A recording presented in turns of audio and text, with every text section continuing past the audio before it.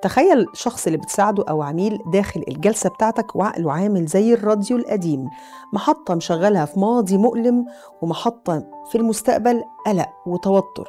في الحالة دي مهما تحاول إنك تديله من أداء أو نصيحة هيكون مشوش جدا. هو محتاج إن أنت تسمعه.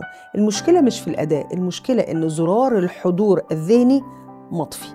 وفي واحد تاني ماشي في حياته من غير بوصلة كامبس، كل خطوة بياخدها بصعوبة حوالين رغباته وضغوطاته.